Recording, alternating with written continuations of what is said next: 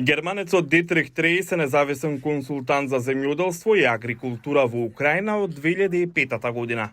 Кога Русија ја нападна Украина, тој одлучи да остане таму и покри ризиците и ги поддржува вооружените сили на Украина уште од првиот ден на војната. Кон крајот на јуни годинава неговата компанија организираше хуманитарен настан за поддршка на војската на Украина. Парите отидоа за да се купат дронови. Јас лично придонесов за тоа. Треис пораснал на фарма во Баварија. Тој во Украина за прв пат дошол во 1999 година и ја засекал државата.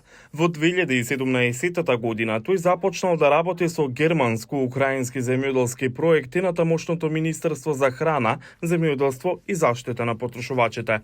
Тој неговото жито го транспортира низ светот преку Црното море, но руското гранатирање го отежнува ова, а транспортот на жито преку земја е поскап.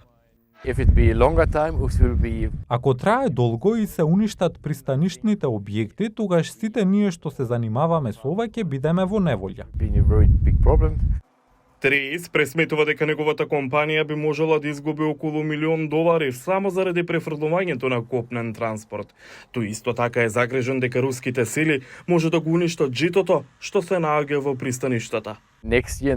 Ова време наредната година морам да имам празни простории за да ја складирам мојата нова жетва. Можам да складирам жито 2 години без да се расипе, но немам складиште за наредната жетва.